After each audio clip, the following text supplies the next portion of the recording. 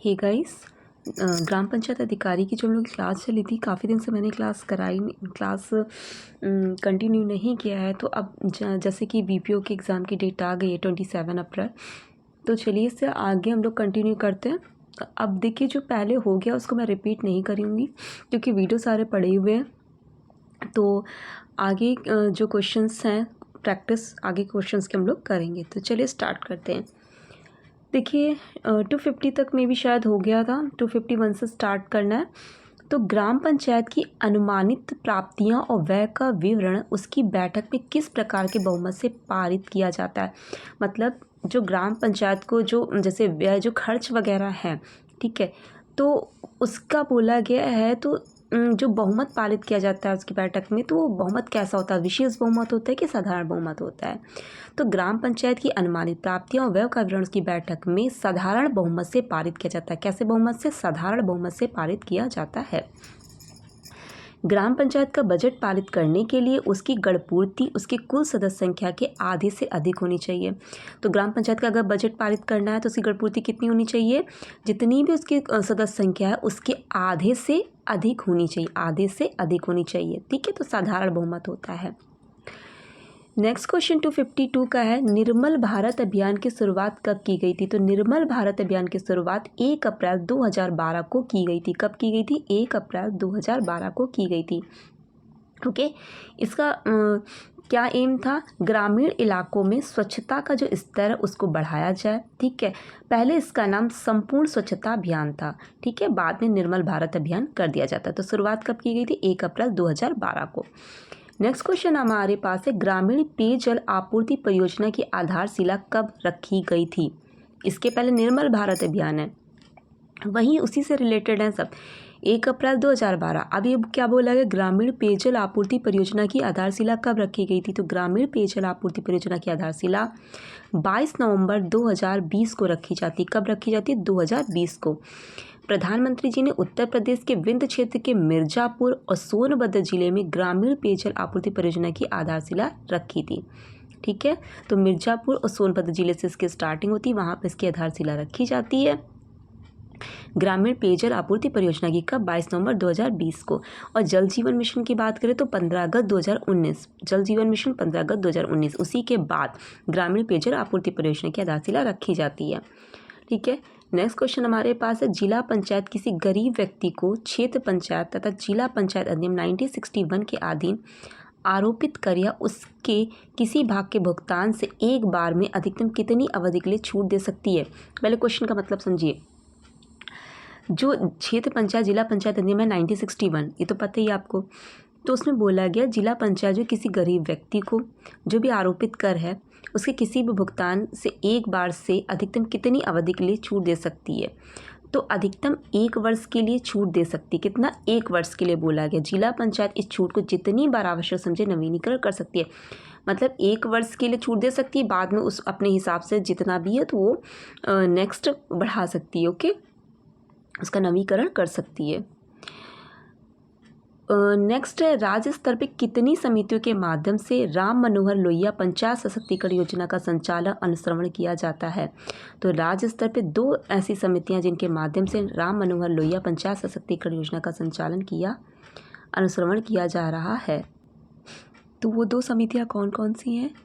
ई panchayat state review committee है और दूसरी है कार्यकारी समिति। ठीक है, आगे उसको देखेंगे, पहले इतना देख लीजिए। तो देखिए, राम मनोहर लोहिया पंचायत सशक्तिकरण जो योजना है राज्य सरकार के द्वारा 2015-16 में पूर्णतः राज्य सरकार के वित्तीय सहयोग से परिकल्पित की गई थी। तो ये किसकी? राज्य सरकार की योजना है। राम मनोहर लोहिया पंचायत सशक्तिकरण योजना 2015-16 में राज्य सरकार के द्वारा इसे परिकल्पित किया गया। इसका उद्देश्य क्या है? पंचायतों में ई गवर्नेंस की स्थापना करना, ई गवर्नेंस की उत्तरोत्तर वृद्धि करना, तकनीकी सहायता उसे प्रदान करना, पंचायतों को प्रशिक्षण के माध्यम से उनका विकास करना। ठीक है, ये नॉर्मल सा है, इसमें कुछ पढ़ने वाला नहीं है। इसकी जो योजना के घटक गतिविधियाँ हैं, राज्य कार्यक्रम प्रबंधन इकाई हेतु परामर्शकर्मी, जनपद कार्यक्रम प्रबंधन इकाई हेतु परामर्शी, जनपद कार्यक्रम प्रबंधन इकाई हेतु desktop computer system, e governance के अंतर्गत विकसित सॉफ्टवेयर प्रशिक्षण। ओके, हाँ ठीक है, इस क्वेश्चन का जो हमारा क्या बोला गया था, योजना के संचालन हेतु समितियों का गठन। तो 2 समितियों का गठन किया गया, कौन कौन सी बताइए, ई पंचायत स्टेट रिव्यू कमेटी और दूसरी है कार्यकारी समिति। तो ई पंचायत स्टेट रिव्यू कमेटी जो है शासन स्तर पे अपर मुख्य सचिव पंचायती राज विभाग उत्तर प्रदेश के अध्यक्षता में ई पंचायत स्टेट रिव्यू कमेटी का गठन किया गया था। ठीक है, तो जो मतलब कि जो उच्च स्तर पे हैं सचिव पंचायती राज विभाग हो गया, तो उनका नाम से ही पता चले, ज़्यादा रटने की ज़रूरत नहीं है।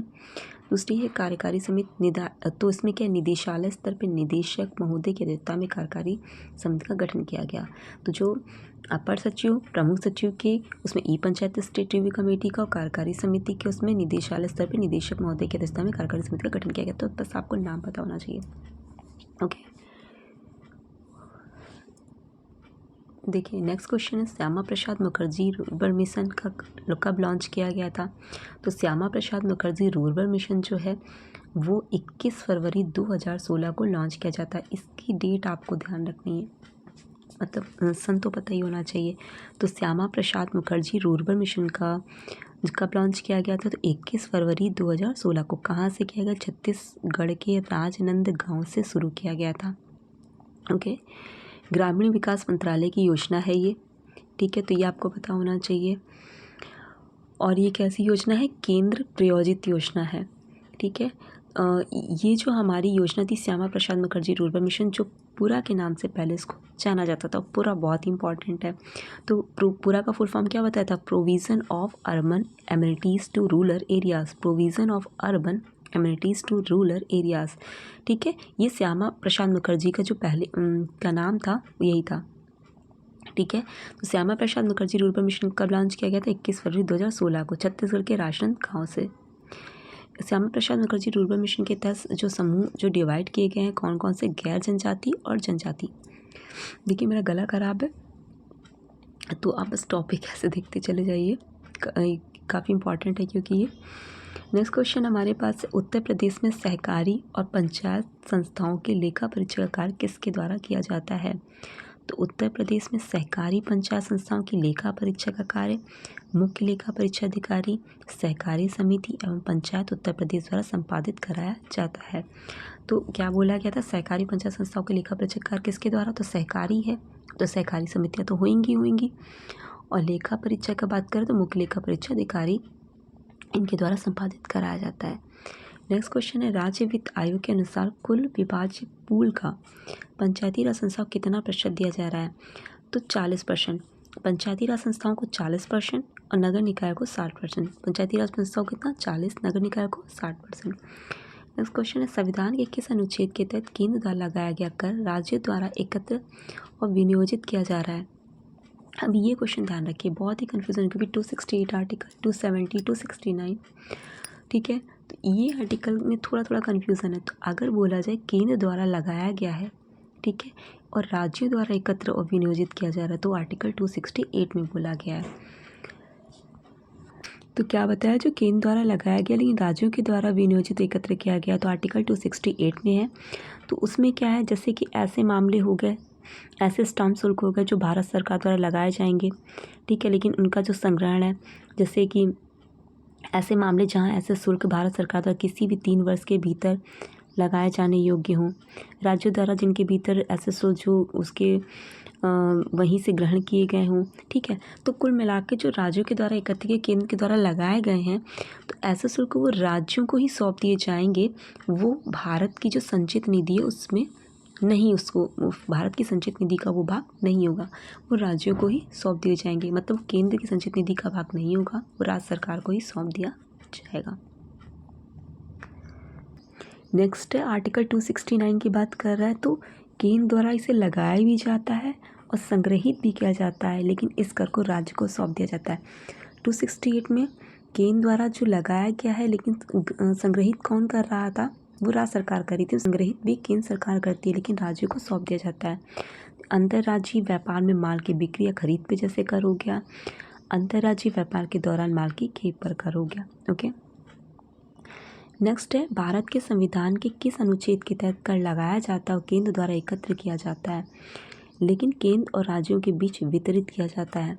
अब देखिए इसमें क्वेश्चन क्या है, केंद्र इसमें किस अनुच्छेद के कर को लगाया गया, केंद्र द्वारा एकत्र किया गया लेकिन उसे केंद्र और राज्यों में दोनों में वितरित किया जा रहा है, तो आर्टिकल 270 की बात कर रहा है।